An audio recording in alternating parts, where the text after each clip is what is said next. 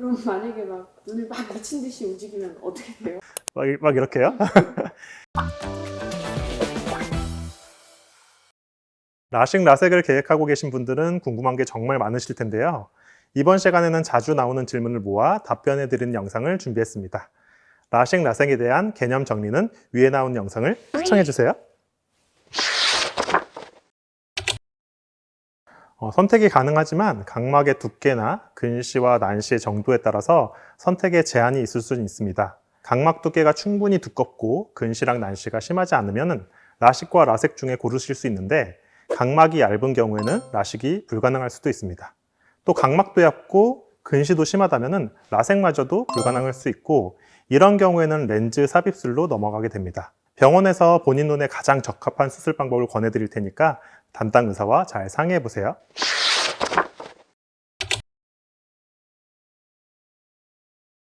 라식, 라섹뿐만 아니라 눈을 건드리는 거의 모든 안과 수술은 안구 건조증을 유발합니다. 대부분 수술 후 3개월이 지나면 호전되는데, 수술 초기에 관리를 잘못하면 건조증이 사라지지 않고 오래 가는 경우도 있기 때문에 수술 후 관리가 매우 중요합니다. 또 빗번짐에 대해 말씀드리면, 라식과 라섹은 검은 동자 전체가 아닌 중심 부분만 깎아내는 것이기 때문에 깎은 부분과 깎지 않은 부분의 이행 부위에서 빛이 흩어지면서 빗번짐을 느낄 수 있습니다. 동공 크기가 크신 분이나 광학부 직경을 줄여서 수술하는 경우에 이론상으로는 빗번짐이 더 잘 발생할 수 있습니다. 근데 제 경험상으로는 수술 후에 빗번짐 때문에 불편하신 분들 중에 동공 크기와는 무관한 경우가 많았어요. 동공 크기나 이행 부위보다는 수술할 때 레이저가 고르게 쏘여지지 않아서 미세한 부정 난시가 발생하고, 이로 인해 빗번짐이 발생하는 경우가 더 많은 것 같더라고요. 최신의 레이저 기계들은 이러한 고위 수차 난시를 없애는 방향으로 개발되고 있기 때문에 정교한 최신 기종의 장비를 사용하고, 또 이러한 기계를 정확하게 다룰 수 있는 의사의 실력이 중요하다고 할 수 있겠습니다. 네, 실제로 수술 받으신 분들 대부분 렌즈 착용하시던 분들이고, 렌즈 착용 자체가 문제가 되진 않습니다. 하지만 렌즈 끼는 동안에 각막염이 자주 반복돼서 각막 혼탁이나 신생혈관 같은 눈에 합병증이 생긴 경우에는 수술이 불가능하거나 수술해도 효과가 떨어질 수 있기 때문에 평소에 렌즈 관련 합병증 관리를 잘 해주셔야 됩니다. 네, 다시 떨어질 수 있습니다. 이를 근시 퇴행이라고 하는데, 일반적으로 수술 후에 5년에서 10년 사이에 생기는 경향이 있어요. 초기에 발견된다면 약물로 진행을 억제해 볼 수 있는데요. 본인이 시력저하를 느끼기 전에 검사에서 먼저 발견이 됩니다. 따라서 6개월에서 1년에 한 번 정도는 정기 검사를 해보시는 것이 좋습니다.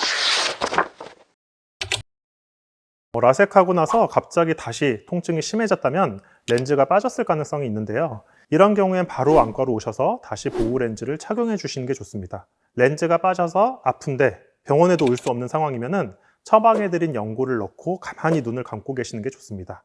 눈을 자꾸 깜빡거리게 되면 눈꺼풀 마찰 때문에 검은 동자 표면이 더 벗겨지면서 통증이 심해질 수 있거든요. 만약에 빠졌는데도 통증이 없다면 그냥 지내보셔도 돼요. 수술 중에는 눈을 벌리는 기구를 껴놓기 때문에 어차피 눈을 감지는 못합니다. 하지만 눈을 감으려고 힘을 줄수록 눈동자가 움직이기 때문에 수술 진행이 어려워질 수 있어요. 수술 중에는 양쪽 눈을 모두 뜨고 정면에 비춰주는 불빛만 쳐다보라고 말씀드리는데, 대부분 미세하게 조금씩은 눈을 움직입니다. 눈을 막 미친 듯이 두리번대는 게 아니면은 기계의 안구 추적 장치가 있기 때문에 눈의 움직임을 따라가면서 레이저를 쏘게 되어 있어서 수술이 잘못되진 않을지 크게 걱정하지 않으셔도 됩니다. 그럼 만약에 막 눈을 막 미친 듯이 움직이면 어떻게 돼요? 막 이렇게요? 근데 실제로 이런 분들이 있어요. 막 눈을 막 상모 돌리듯이 돌리시는 분들이 있는데, 안구 추적 범위를 넘어설 정도로 눈을 움직였을 때에는 저절로 레이저가 멈추기 때문에 염려는 안 하셔도 됩니다. 딱 정해진 건 없습니다. 본인이 보고 활동하는데 지장이 없으면은 1주차부터도 가능한데요. 다만 눈을 다칠 수 있는 격렬한 운동은 한 달까지는 피해 주는 게 좋다고 말씀드리고 있습니다. 그럼 술은 언제부터 마실 수 있죠? 이거 중요한 문제죠. 이거 역시 딱 정해진 건 없는데요. 저는 일주일은 반드시 드시지 마시고 가급적 2주 후부터 가벼운 정도로만 드시라고 안내해 드립니다. 근데 이렇게 말하면 다들 일주에 과음하시더라고요. 그래서 요즘에는 2주는 드시지 말라고 말씀드립니다.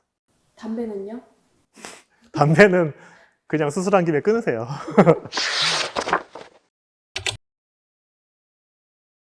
아마 제 생각에는 그냥 1.0까지만 시력을 잰 게 아닌가 싶어요.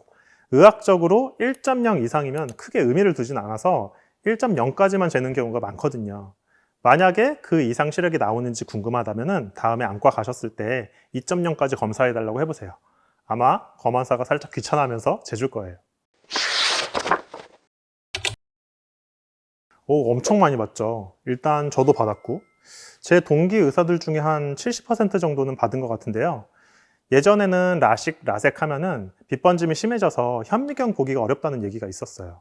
안과는 진료 볼 때나 수술할 때 다 현미경 보면서 하거든요. 근데 실제로 수술 후에 현미경 보는데 문제도 없고 오히려 안경 쓸 땐 안경에 김이 서려서 불편했었는데 그런 게 없어지니까 더 편해지더라고요. 그래서 요새는 다들 수술 받는 것 같아요. 특히 뭐 라식, 라섹 전문 병원들은 의사가 안경 쓰고 있으면 설득력이 떨어지잖아요.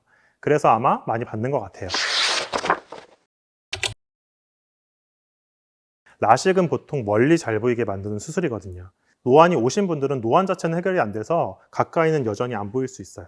그래서 만족감이 떨어질 수는 있죠. 물론 멀리를 조금 덜 보이게 만들고 가까이를 더 확보해주는 노안 라식이라는 것도 있긴 합니다.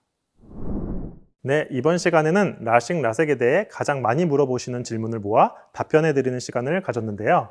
궁금증이 어느 정도 해소되었기를 바라며 추가적으로 궁금하신 점이 있다면 댓글에 남겨주시면 성심성의껏 답변해드리도록 하겠습니다. 지금까지 글로벌 비전안과 한세훈 원장이었습니다. 감사합니다. 원장님 진짜 담배는 그냥 끊는 것밖에 방법이 없는 건가요? 수술하고 염증이 있을 수 있어서 최소 2주는 끊어주는 게 좋은데요. 그냥 끊으세요. 담배 끊는 게 너무 어려워가지고. 아이, 끊어야지.